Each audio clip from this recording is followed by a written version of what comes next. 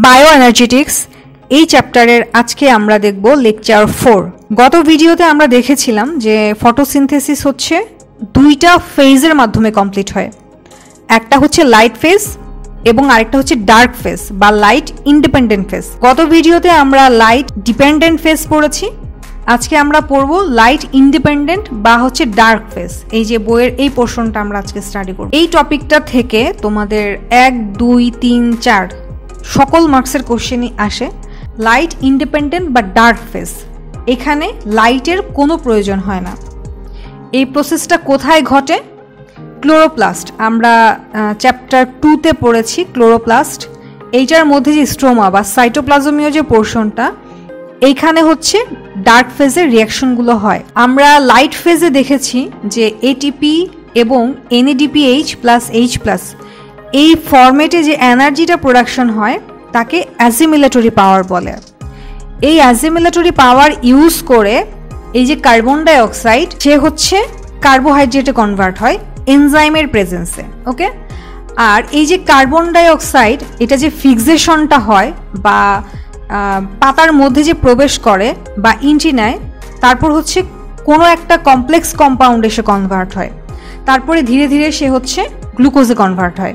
তো এই যে কার্বন ডাইঅক্সাইড যে একটা কমপ্লেক্স কম্পাউন্ডে কনভার্ট হবে, এই প্রসেসটাকে বলা হয় কার্বন ডাইঅক্সাইড ফিক্সেশন। এই কার্বন ডাইঅক্সাইড ফিক্সেশন প্রসেসটা আবার 3টা পাথওয়ের মাধ্যমে হয়। এই 3টা পাথওয়ে ডিটেইলি আমরা পড়বো। মেইনলি পড়বো C3 এবং C4 সাইকেল আর CM সাইকেল, যেটা এটা বইয়ে মনে হয় একটা লাইন আছে, তোমরা একটু রিডিং পড়ে নিও কষ্ট করে। C3 সাইকেলের প্রথম যে কম্পাউন্ডে সে কনভার্ট হয় সেটা হচ্ছে ফসফোগ্লিসারিক অ্যাসিড। ওকে, ফসফোগ্লিসারিক অ্যাসিড বা PGA। এইটার মধ্যে কার্বন সংখ্যা থাকে 3, দ্যাটস ওয়াই এটাকে বলা হচ্ছে 3 কার্বন বিশিষ্ট ফসফোগ্লিসারিক অ্যাসিড। এটার জন্য একটা ফিগার আছে এখানে, আমি তোমাদেরকে দেখাবো। এই যে একটা ফ্লো চার্ট মতো আমি তোমাদের বোঝার সুবিধার্থে রেখেছি। কার্বন ডাইঅক্সাইড একটা কম্পাউন্ডের সাথে রিঅ্যাক্ট করবে, তার নাম হচ্ছে রাইবোলোজ 1,5 বিসফসফেট। এই রাইবোলোজ 1,5 বিসফসফেটের সাথে কার্বন ডাইঅক্সাইড রিঅ্যাক্ট করে 3 কার্বন বিশিষ্ট ফসফোগ্লিসারিক অ্যাসিড তৈরি করবে এবং এই টোটাল রিঅ্যাকশনে যে এনজাইমটা কাজ করবে তার নাম হচ্ছে রুবিস্কো। আচ্ছা, তারপরে C4 সাইকেলে যাই। C4 সাইকেলে যেটা ঘটে যে কার্বন ডাইঅক্সাইডটা প্রথমে হচ্ছে ফসফোইনল পাইরুভিক অ্যাসিডের সাথে রিঅ্যাক্ট করবে এবং প্রডিউস করবে অক্সালো অ্যাসিটিক অ্যাসিড, যেটা হচ্ছে 4 কার্বন বিশিষ্ট কম্পাউন্ড, এবং এই বিক্রিয়ায় কার্বক্সিলেজ এনজাইম ইউজ হবে। আই হোপ তোমরা বুঝতে পারছো কথাটা। ওকে, তারপরও কারো বুঝতে সমস্যা হলে অবশ্যই কমেন্ট করে জানাবা। তারপরে যাচ্ছি যে বাতাসে যখন কার্বন ডাইঅক্সাইডের কনসেন্ট্রেশন 50 থেকে 150 পার্টস পার মিলিয়ন থাকে তখন C3 সাইকেল ঘটে। ওকে, আর যদি কনসেন্ট্রেশন কম থাকে 0.1 থেকে 10 পার্টস পার মিলিয়ন তখন হচ্ছে C4 সাইকেল ঘটে। C3 সাইকেলটা পাতার মেসোফিল টিস্যুতে ঘটে এবং C4 সাইকেল মেসোফিল এবং বান্ডেল সিথ টিস্যু উভয় টিস্যুতেই ঘটে থাকে। এই যে আমরা যদি ছবি থেকে দেখি, বাইরের লেয়ারটা মেসোফিল টিস্যু এবং ভেতরের লেয়ারটা হচ্ছে বান্ডেল সিথ টিস্যু। ঠিক আছে, এই দুইটাতেই C4 সাইকেল ঘটতে পারে। C3 সাইকেলে ফটোসিনথেসিসের রেটটা অনেক স্লো, কিন্তু C4 এ সেটা অনেক হাই।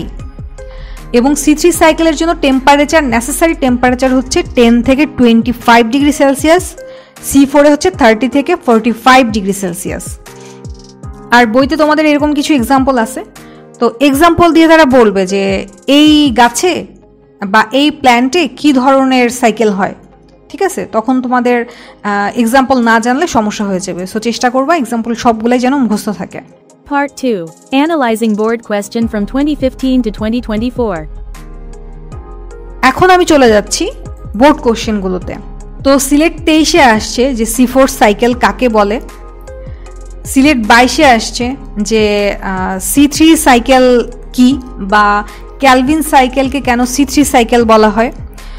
এখানে যত প্রশ্ন আমি বলবো সবার অ্যান্সার হবে C3 সাইকেলের ফিচারগুলো, C4 সাইকেলের ফিচারগুলো, ওগুলো লিখে দেন কনক্লুশন টেনে দিলেই অ্যান্সার হয়ে যাবে।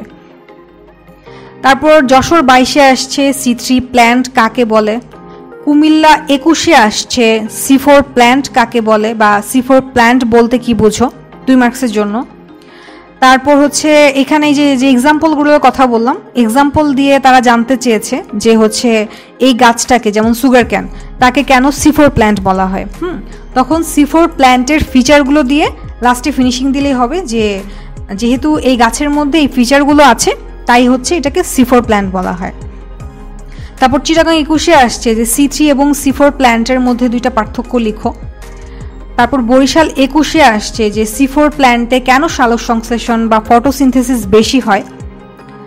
দেন বরিশাল 20-এ আসছে একই প্রশ্ন, যে 2টা গাছের বা এক্সাম্পল দিয়ে দিছে তারা এবং বলছে কোনটাতে ফটোসিনথেসিস বেশি হয়। দেন সিকিউতে আসি, ঢাকা 19-এ আসছে যে রাতের বেলা আসলে কিভাবে ফুড প্রোডাকশন হয় গাছের মধ্যে। তো এখানে তোমার যে ডার্ক ফেজের যে যা পড়লাম সব দিয়ে দিতে হবে। তারপর রাজশাহী 21, এখানেও সেম কোশ্চেন আসছে, ডার্ক ফেজ। তারপর কুমিল্লা 21, এখানেও ডার্ক ফেজটা আসছে। তারপর আমরা দেখব হচ্ছে বরিশাল 19, এখানে আসলে তারা জানতে চেয়েছে যে ফটোসিনথেসিসটা আসলে কিভাবে হয়। কোনো কোশ্চেনে যদি বলে যে ফটোসিনথেসিস প্রসেস এক্সপ্লেইন করো, তখন তোমাদেরকে লাইট এবং ডার্ক ফেজ দুইটাই আসলে একটু সাম আপ করে লিখে দিতে হবে। কুমিল্লা 15-তে আসছে সেম প্রশ্ন, দুইটাই তোমাদেরকে লিখতে হবে। দিনাজপুর 17-তে আসছে। সিলেট 21-এ আসছে যে এই 2টা ফেজ তোমার এক্সপ্লেন করতে হবে। ময়মনসিংহ 21-এ আসছে, এখানে লাইট ফেজ আসছে এই কোশ্চেনে। দেন যশোর 21-এ আসছে, এটাও লাইট ফেজ। দেন চিটাগাং 20-এ আসছে যে লাইটের প্রেজেন্সে কোনটা হয়, সো লাইট ফেজ। তারপর ময়মনসিংহ 21-এও আসছে যে এ ফেজটা তুমি এক্সপ্লেন করো। এ ফেজ হচ্ছে যে লাইট ডিপেন্ডেন্ট ফেজ, ছবি থেকে দেখতে পাচ্ছি। তারপর চিটাগাং 17-তে আসছে, এখানে তোমার লাইট ডিপেন্ডেন্ট ফেজ। তারপরে ঢাকা 21-এ আসছে। দেন যশোর 22-এ আসছে সেম কোশ্চেন। তারপর কুমিল্লা 17-তে আসছে। তারপর ঢাকা 23-এ আসছে এই প্রশ্নটা, যে হচ্ছে ডার্ক ফেজ এক্সপ্লেন করতে বলা হয়েছে। তারপর ঢাকা 15-তেও সেম প্রশ্নটা আসছে, ডার্ক ফেজ। তারপর বরিশাল 21, এখানেও সেম প্রশ্নই বলছে, বাট এটা হচ্ছে হ্যাঁ, এটাও ডার্ক ফেজ। তারপর চিটাগাং 23-এ আসছে, এটা হচ্ছে একটা ইম্পর্টেন্ট প্রশ্ন, কারণ হচ্ছে এখানে তারা জানতে চাইছে যে 2 নাম্বার যে রিয়াকশনটা আছে এখানে হচ্ছে ডিফারেন্ট প্ল্যান্টে ডিফারেন্টভাবে ঘটে। দ্যাট মিনস তারা জানতে চাইছে C4 প্ল্যান্ট, C3 প্ল্যান্ট, এই প্ল্যান্টটি কীভাবে হয়। That means C3 R C4 এর টোটাল ডিটেলটা এই চিটাগাং 23-এর এই কোশ্চেনের অ্যান্সারের জন্য এক্সপ্লেন করা লাগবে। তারপরে ময়মনসিংহ 23-এ তারা জানতে চাইছে যে কার্বন ডাইঅক্সাইড রিডাকশনের যে 2টা সাইকেল বা পাথওয়ে আছে তাদের মধ্যে সিমিলারিটিস ডিসিমিলারিটিস কি। দ্যাট মিনস C3 এবং C4 সাইকেলটা ডিটেইলে তোমাদেরকে লিখতে হবে, এটা 4 মার্কসের কোশ্চেন। দিনাজপুর 21-এও আসছে যে হচ্ছে C3 আর C4 সাইকেলের মধ্যে কম্পেয়ার করো। তো এই ছিল মোটামুটি বোর্ড কোশ্চেনগুলো। Subscribe, like and share my channel to get new videos. Thank you.